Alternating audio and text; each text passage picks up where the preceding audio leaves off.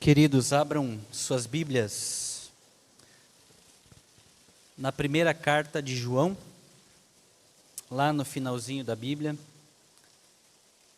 Nós vamos nos concentrar nessa carta nos próximos domingos. E antes de nós meditarmos nesse assunto, propriamente dito, deixa eu te fazer uma pergunta.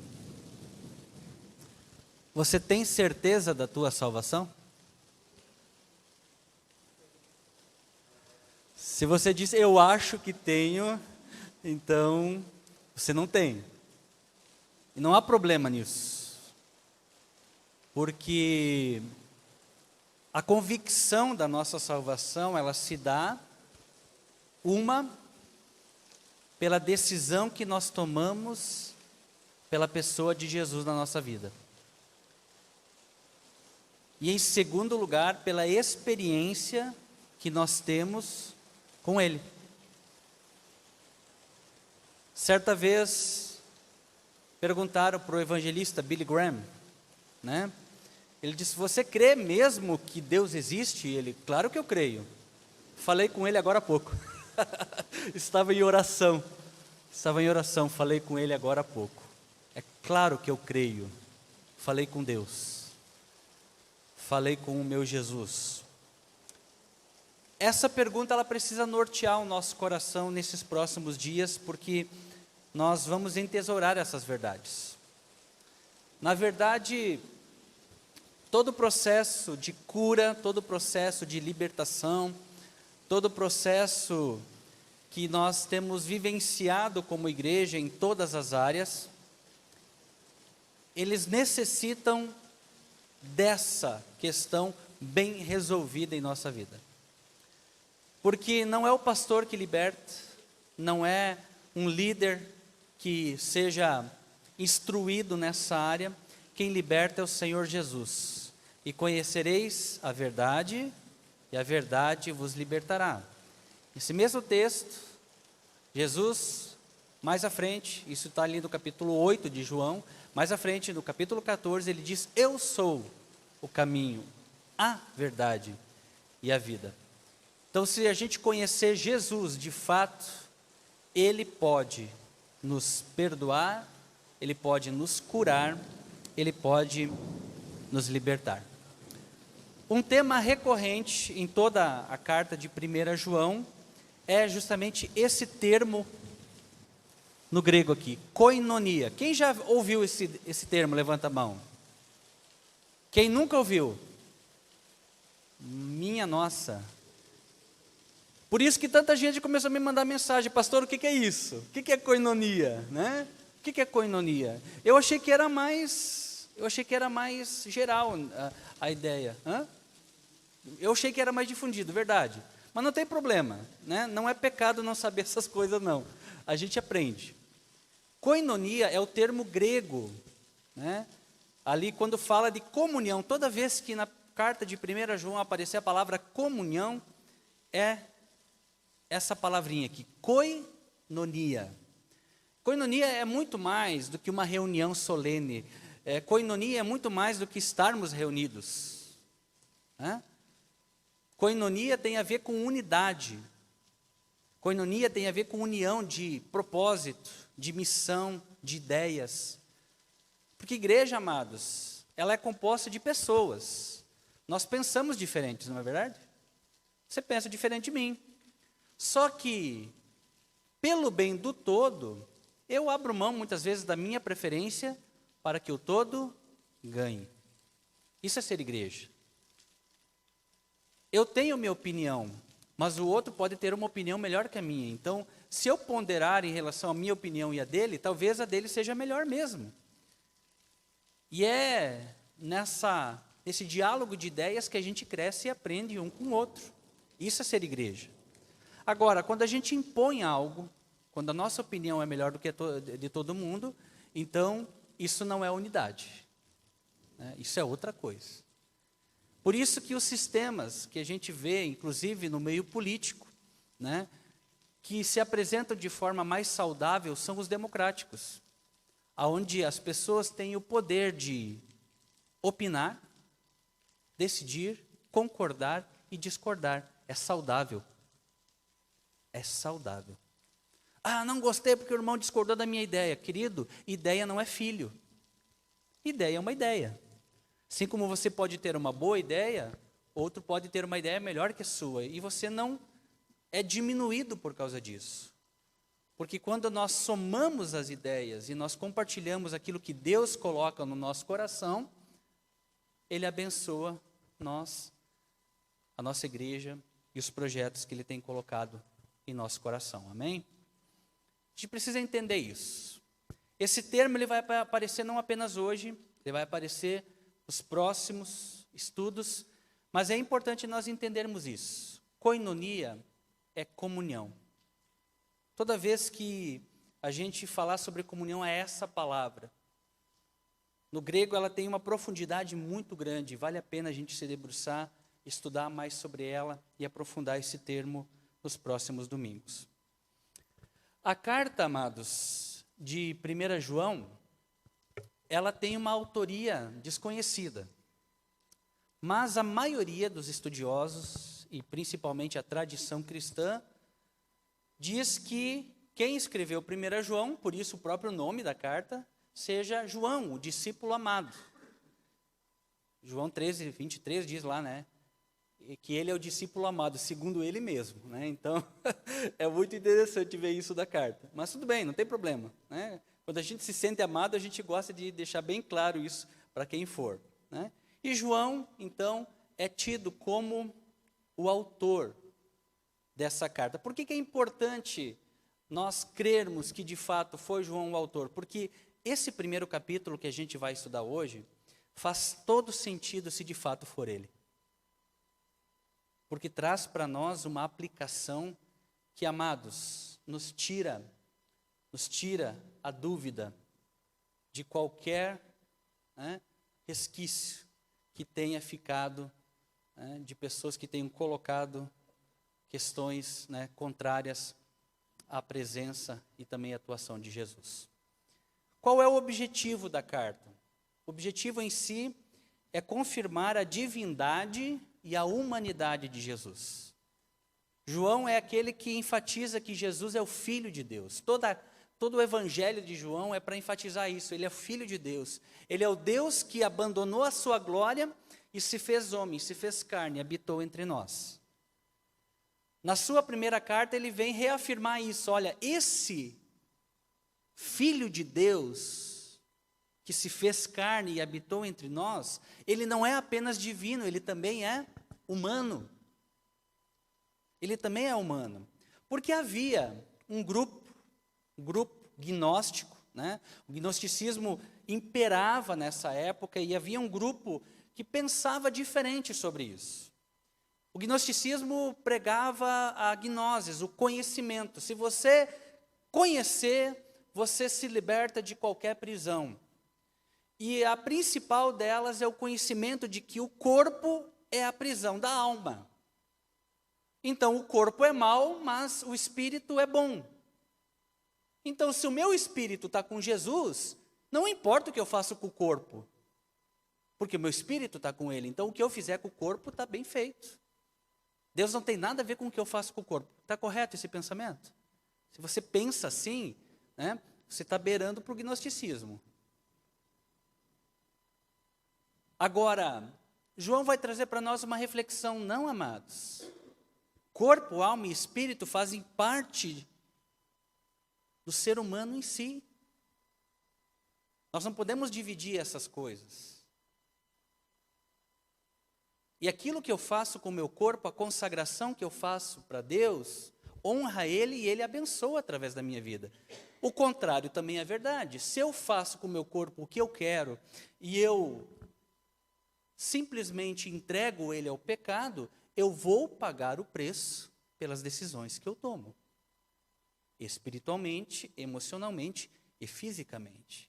Então não há como separar. E é isso que João vem nos ensinar aqui. Ele vem unir a igreja em comunhão neste propósito. Nós vamos hoje cear, amados. O pão representa o corpo de Cristo.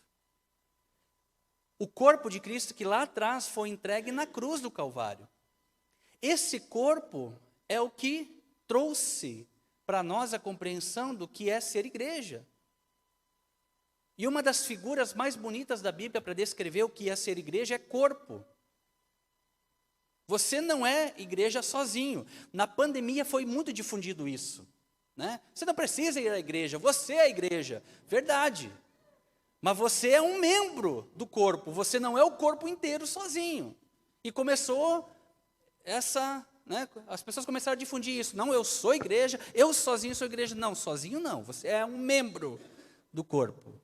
Você faz parte de um todo, você não é único, você não é isolado, sozinho. Então, cuidado, nós precisamos da comunhão para sermos corpo.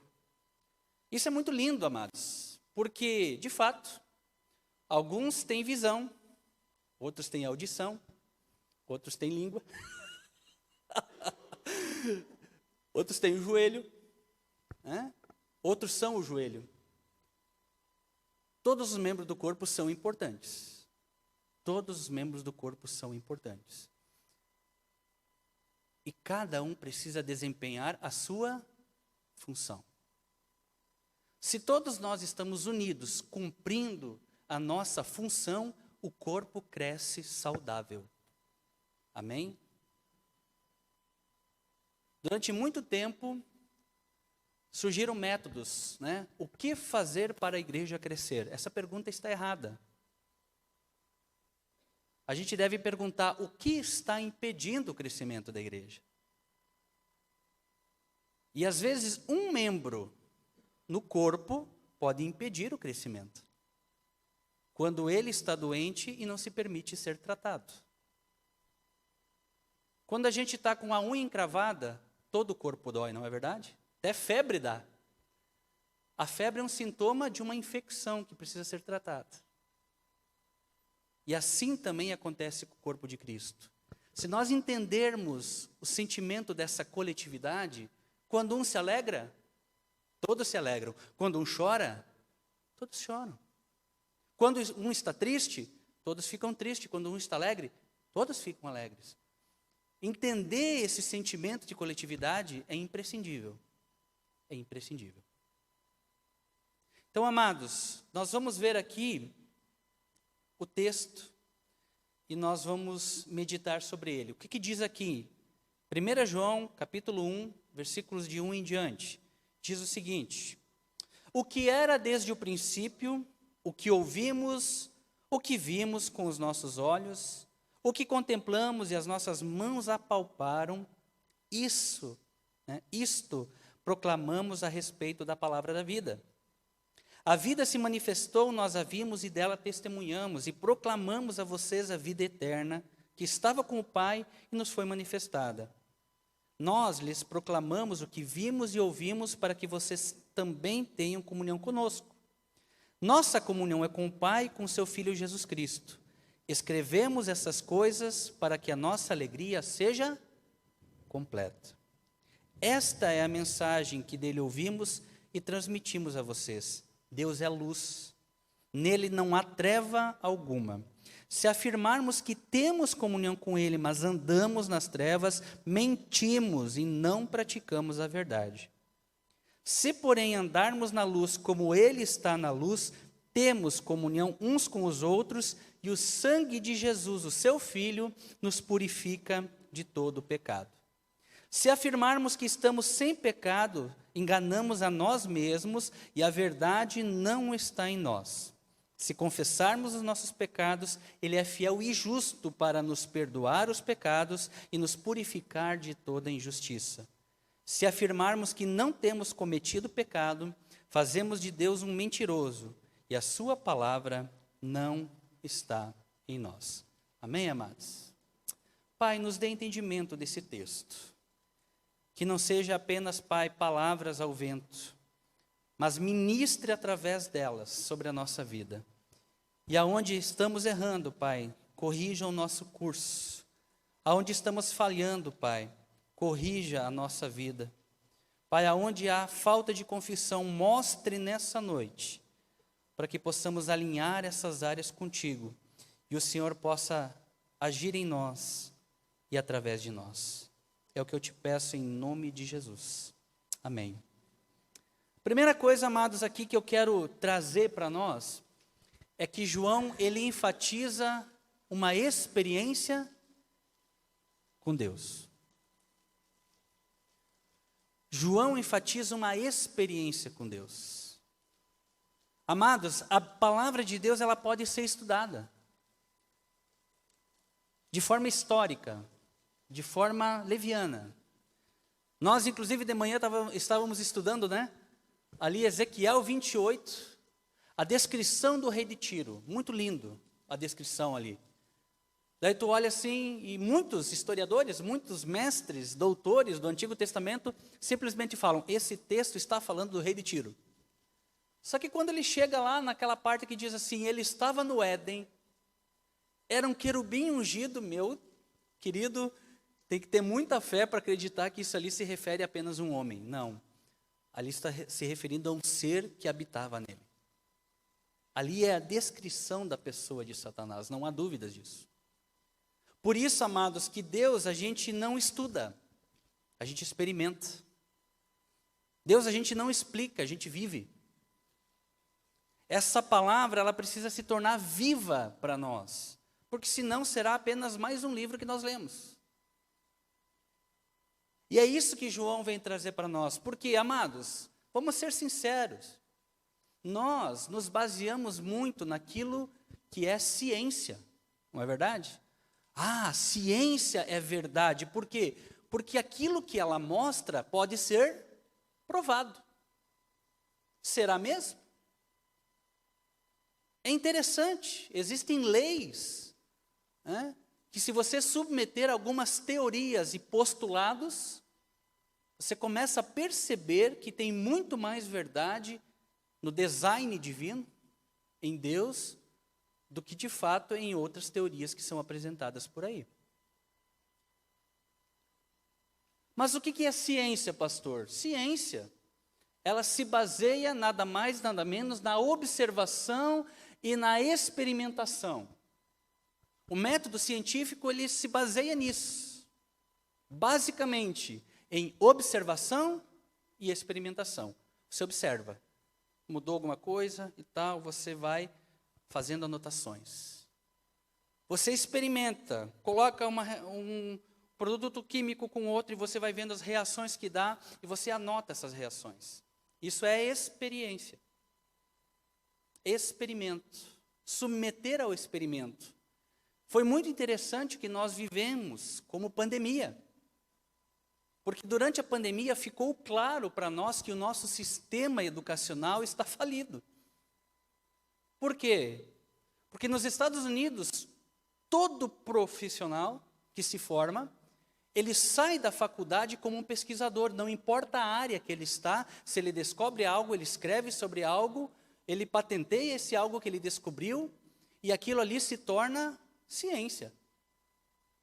Aí no Brasil começou todo um questionamento. Médicos testando medicações, isso aqui funciona para a Covid. Ah, mas não tem comprovação científica. Como não? Eu estou experimentando aqui, eu estou dando para um paciente, eu estou dando para o outro, está funcionando, vamos usar. Não, não pode usar porque ainda não foi experimentado. Não foi assim? E por causa do nosso sistema fechado, que só pesquisa quem está dentro de faculdade, embaixo de um mestre, de um doutor, que está avalizando a sua pesquisa, é que de fato é validada. E com isso, amados, nós perdemos de crescer muito nessa área. Porque muita gente com experiência de campo não tem tempo para sentar e escrever trabalhos que serão avaliados, analisados e aprovados. O que é ciência? Aquilo que pode ser observado e experimentado. Então, se nós aplicarmos a ciência para aquilo que João nos traz aqui, vale a pena, nós nos debruçarmos sobre ela. Porque João não escreve algo que ele não viveu. João não escreve algo que ele não vivenciou, porque o João, que a tradição afirma ser quem escreveu a primeira carta, andou com Jesus. Era o discípulo amado de Jesus. Se debruçava sobre o seu peito, era íntimo de Jesus, abraçava Jesus, esteve com Jesus. Dos 12, Pedro, Tiago e João eram os mais próximos. Mas ele tinha 12 para quem ele passou a sua missão. E João era o discípulo amado, por quê? Porque Tiago tinha uma personalidade, Pedrão outra. E cada um foi moldado à sua maneira. João era o discípulo amado, ele experimentou do amor de Jesus. E o amor foi tão intenso que Jesus manifestou a ele a última revelação, a de Apocalipse. Então João ele começa a carta dizendo assim: amados, o que era desde o princípio, o que ouvimos, o que vimos. É interessante porque João capítulo 1 fala, né, aquele que era o verbo, no princípio era o verbo, e o verbo estava com Deus e o verbo era Deus. Aqui nós vemos a mesma expressão, a mesma descrição. Então eu vejo João escrevendo a carta. E ele está dizendo aqui, amados, o que ouvimos, o que vimos, o que os nossos olhos contemplaram e as nossas mãos apalparam. Te pergunto, existe algo mais real do que isso? Ver, ouvir, tocar. São 3 áreas do sentido. Queridos, é isso que João vem trazer aqui para a nossa reflexão. O que era desde o princípio, o que nós ouvimos, o que vimos, o que contemplamos, o que apalpamos, isso nós trazemos para vocês. Ou seja, João não viveu um cristianismo fajuto, superficial. Ele viveu um cristianismo de intimidade. Ele experimentou da presença de Deus em sua vida através de Jesus. E ele coloca para nós: isto proclamamos a vocês a respeito da palavra da vida. Não é algo que eu apenas ouvi, não é algo que o pastor me disse, não é algo que alguém me disse, é algo que eu ouvi, vi e experimentei, apalpei, eu comprovei, ele é real, ele esteve entre nós, ele amou incondicionalmente, ele deu a sua vida por nós, é isso que João está falando. Não é qualquer coisa, é algo que eu experimentei e eu estou proclamando para vocês, eu estou trazendo para vocês algo que eu vivenciei. Isso também é ciência. Porque João, ele não apenas observou, ele experimentou da pessoa de Jesus. Ele foi transformado pela presença de Jesus. João já recebeu a salvação e experimentou de Jesus ali, estando com ele. Pedro não. Pedro andou com Jesus, mas ele precisou ser restaurado depois. Porque ele não tinha entendido ainda a profundidade que era para ele chegar no seu relacionamento com Jesus. Amados, a unção nós recebemos de quem a gente ama, não é de quem a gente anda. Um exemplo disso é Judas. Judas andou com Jesus, mas traiu Jesus. Então não adianta andar com Jesus, você tem que amar Jesus de todo o coração, experimentar da sua presença. Essa é a transformação que realmente mexe conosco de dentro para fora. E qual é a aplicação que João nos traz aqui? Tenham comunhão, amados. Tenham comunhão. Tenham. O tempo aqui está no presente. Tenham comunhão. E ele fala, a nossa comunhão é com o Pai e com o Filho. Então a de vocês também deve ser com o pai e com o filho. E por que vocês devem experimentar dessa comunhão com o pai, com o filho? Para que a alegria de vocês seja completa. Aqui João só não destacou, mas o Espírito Santo está presente nessas palavras? Está. Porque é Ele que nos convence do pecado, da justiça e do juízo. Então a comunhão, amados, ela se dá no elo do Espírito agindo em nós e através de nós. Tenham comunhão. Tenham comunhão. Ah, pastor, mas eu não gosto de fulano de tal, não gosto de ciclano. Não importa. Ame. Jesus nos chamou para amar, Ele não disse que nós temos que gostar de todo mundo. Se você tentar fazer isso, você vai se decepcionar. Porque gosto, cada um tem o seu, temos gostos diferentes. Mas amar, nós precisamos aprender a amar. E amar é muito mais do que gostar, é muito mais do que ter preferências. E no ponto 2, nós descobrimos através de João que ter comunhão é andar na luz.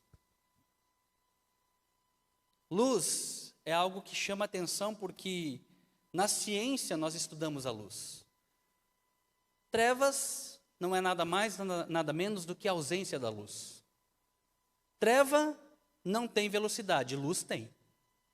A luz é dinâmica, ela é progressiva. Ela é perceptível aos nossos olhos, ela é perceptível por outras coisas. Fiz uma vez um teste, né, junto com a Deia, nossa querida irmã aqui, ela não tem a visão, né? E ela me colocou uma venda nos olhos, né? E fez eu experimentar várias coisas pelo tato. E ela me comprovou que a luz pode ser sentida de outras formas. Olha que interessante. Vamos fazer com a igreja inteira, né? Para aprender a guiar o cego também, né, Deia? A gente precisa aprender. E é interessante isso. A luz, ela é perceptiva não somente pela visão, por outras áreas da nossa vida. São sensoriais a luz. E aqui João diz, Deus é luz, nele não há treva alguma, não há treva em Deus. Por isso que aonde Deus chega, a sua luz irradia. E eu lembro muito bem quando eu me converti, logo na minha tenra infância, né? Uma certa vez eu entrei numa padaria e a moça olhou para mim e disse assim, nossa, que ser iluminado que você é. Eu sei que eu me senti todo grandão, né? E falava para todo mundo, olha, ela viu como eu sou um ser iluminado, né? Depois que eu comecei a estudar a importância da luz na nossa vida, eu descobri, cara, não é tão importante ser um ser iluminado. Porque iluminado, até Satanás é. Ele é um anjo de luz. Agora, sermos luminosos, recebermos a luz de Jesus e refletir essa luz na vida de outras pessoas. Amém? Por isso que a Bíblia fala de outras coisas, não apenas sermos receptáculos de coisas, mas sermos propagadores, sermos espelho, né?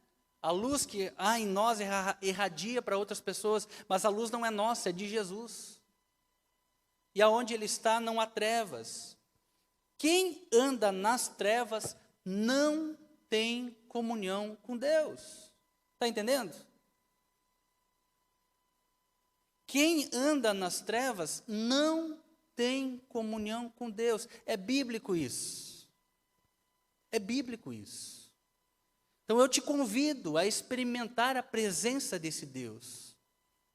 É interessante, né? O ser humano, quando ele quer pecar, quando ele quer aprontar, é sempre no escuro.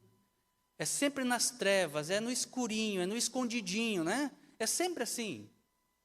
Por quê? Porque é vergonhoso. O homem sabe, existe uma lacuna moral no homem que nos impele aquilo que é certo e aquilo que é errado. Então, amados, quem anda nas trevas não tem comunhão com Deus. Não adianta. Agora, quem anda na luz tem comunhão. Tem comunhão. E esse é um princípio. Esse é um princípio. A pessoa some da comunhão da igreja. Some da comunhão da igreja. Está com um problema espiritual. Você tem alguma dúvida disso? Porque quem anda na luz tem comunhão. O contrário também é verdade. Quem não tem comunhão anda em trevas. Então, isso deve balizar a nossa vida, amados. E é interessante, porque é uma derrocada constante. Esses dias falando com o Henrique, né? Alguém disse assim, Henrique, depois que eu saí da igreja, minha vida foi ladeira abaixo. Uma coisa é pior que a outra. É natural isso acontecer. Porque quando a gente anda em trevas, é fácil tropeçar. É fácil tropeçar. Agora, quando a gente anda na luz, mesmo que a gente tropeça, sempre tem alguém para nos ajudar a levantar. Nós não estamos sozinhos. Então, a aplicação que nós temos aqui, amados, é: quem afirma estar na luz e anda nas trevas, está mentindo. Quem é o pai da mentira? Então, não minta. Você está andando na luz ou você está andando nas trevas? Uma pergunta que a gente tem que se fazer. Quem anda na luz tem comunhão. Pronto. É isso. Quem anda na luz tem comunhão. E olha que interessante isso. Essa comunhão, ela é tão profunda, que nós vamos experienciar hoje como ceia. Ela é tão profunda, que a Bíblia nos fala que o sangue de Jesus, o seu Filho, nos purifica de todo pecado. O sangue de Jesus, o seu Filho, nos purifica de todo o pecado. O corpo é a igreja. E o sangue, ele roda no corpo. Ele circula dentro do corpo. E é por isso, amados, que a gente precisa um do outro para alinhar a nossa vida. Quando alguém nos chama a atenção de algo que a gente está errando, a gente não deve ficar bravo. A gente tem que ficar feliz. Porque o irmão veio e falou para a gente. Porque a Bíblia fala, né? Tem algo contra o teu irmão e vá, fala com ele, não dele. A gente troca as conjunções, a gente troca os advérbios. Não é falar dele, é com ele. Está entendendo?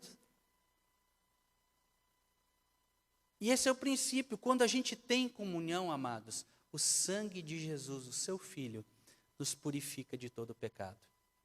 Isso quer dizer que quando não há purificação de pecados, a gente continua em trevas. Por isso que é importantíssimo a igreja reconhecer a importância disso. Em terceiro lugar, João vai nos dizer que a confissão é o caminho para o perdão. Amém? A confissão é o caminho para o perdão. Se a gente afirmar que estamos sem pecados, nós estamos nos enganando. Afirmar que está sem pecado é enganação. E, amados, as pessoas mais difíceis de tratar são essas. Pastor, eu vim aqui, mas eu quero lhe dizer que eu não tenho pecado. Então, por que veio? Né? Por que veio? Né? Se não tem pecado, não tem o que tratar. Agora, se algo está acontecendo na tua vida e a raiz disso é pecado, é simples. Confesse. E aqui está falando de confessar para Deus, não está falando de confessar para o outro. Confessar para o outro é lá em Tiago, é para ser curado. Aqui a gente está falando em confissão para ser perdoado. Vamos começar por isso primeiro, depois a gente aprofunda em Tiago. Então, essa afirmação, amados, ela traz para nós aqui uma partícula, o se. Se afirmarmos que estamos sem pecados, enganamos-nos nós mesmos. Por quê? Porque é condicional. Você afirma isso? Não. Eu afirmo que eu tenho pecado, que eu sou pecador. E aí, amados, quando nós confessamos, diz ali, se confessarmos os nossos pecados, Ele é fiel e justo. Ele é fiel e justo para perdoar e nos purificar, amados. Esse é o poder do Evangelho, esse é o poder da presença de Jesus em nós. Esse é o poder do Espírito Santo em nós. Ele é fiel e justo para perdoar quem confessa e nos purifica de toda injustiça. Diga, toda. Toda. Toda injustiça. Que áreas na sua vida você considera injustas?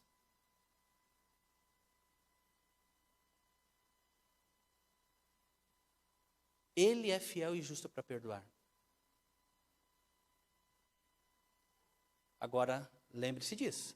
Ele é fiel. Se você está sendo infiel a Ele, reconheça. Confesse. Se você está sendo injusto com Ele, confesse a sua injustiça. Porque às vezes nós nos colocamos na presença de Deus como juízes.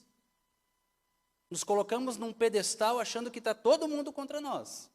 E às vezes o erro está em nós.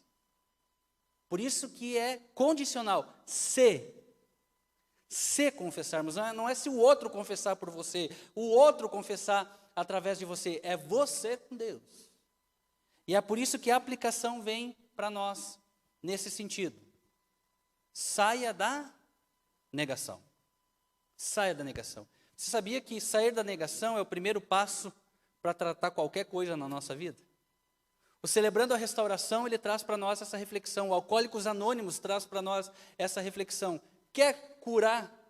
Quer se curar do trago? Quer se curar da droga? Quer se curar da depressão? Você precisa sair da negação. Você precisa reconhecer que você tem um problema e que você precisa de ajuda. Aqui o texto nos ensina isso. Confesse, pô. Confesse que tem um problema para resolver. Confesse que tem algo para tratar. Esse é o princípio. Se confessarmos os nossos pecados, Ele é fiel. Amém, amados? Saia da negação. Saia da negação, porque tu está mentindo para você mesmo. Né? E tem gente que a gente não consegue, amados, não consegue tratar. Quando a pessoa diz assim, pastor, eu paro quando eu quero, é mentira. Não consegue tratar. Porque não para quando quer. Você tem que reconhecer, não, eu preciso de ajuda. Eu tenho que sair da negação. Preciso confessar o meu pecado, eu preciso tratar essa área na minha vida. E aí, amados, confesse esses pecados. Comece fazendo isso. Comece passando mais tempo com Deus, confessando os seus pecados do que pedindo coisa para Ele. Porque se você tiver Ele na sua vida, amados, se Deus estiver com você, você já tem tudo. Aí você não precisa mais pedir nada. Você só precisa tomar posse do que já é teu. A gente precisa aprender a se posicionar. Porque quem está em Cristo e Cristo está nele, ele não corre atrás da bênção, a bênção corre atrás dele. Porque daí você não vem mais na igreja na fila da bênção, você vem na igreja na fila do propósito. Deus, qual é o propósito que tu tens para a minha vida? E aí a gente começa a entender, amados, que quando nós confessamos os nossos pecados, nós recebemos o perdão e a justificação do Senhor. Quer coisa melhor do que isso? Só que tem algo, amados, e antes de nós cear, eu quero te convidar a fazer isso. Se você já confessou, se Deus já te perdoou, receba esse perdão. Sabe que a coisa mais difícil de tratar nas pessoas é a culpa. A pessoa pediu perdão, Deus perdoou, mas ela não se perdoa. Amado, se perdoe em nome de Jesus. Para de carregar essa culpa. Está em débito com alguém ainda? Vá conversar com a pessoa, peça perdão, libere perdão. Não fique com isso. Não vale a pena. Porque no momento que você recebe o perdão, você é justificado. E não pensa que nós nos tornamos justos. Não. A Bíblia fala que nós somos justificados, nós somos declarados justos. Porque não há nenhum justo, nenhum sequer. Agora, quando Jesus ele olha para nós, ele diz assim, ó, eu perdoei ele. Ele está justificado porque o meu sangue cobriu a dívida dele. Por isso que quem tem Jesus, tem tudo. Amém? Como conclusão, se afirmarmos que não temos cometido pecado, fazemos de Deus um mentiroso e a sua palavra não está em nós. Então, quer ter certeza da salvação? Comece nesse princípio. Confesse seus pecados. A oração do Pai Nosso nos ensina isso. Perdoa, Senhor. Assim como nós perdoamos. Olha que compromisso. Assim como nós perdoamos. Então a gente reconhece que erra. A gente reconhece que tem pecado. E esse é o primeiro passo para a cura. Esse é o primeiro passo para a libertação. Que nós não podemos é ficar na negação. Olha aí, até rimou, né? Que nós não podemos é ficar na negação. Por isso eu te convido, nessa noite, a não ficar na negação, mas a saber e sabendo que Jesus é o nosso Senhor e Salvador, aquele que deu a sua vida por nós na cruz do Calvário, eu te convido a cear conosco. Amém?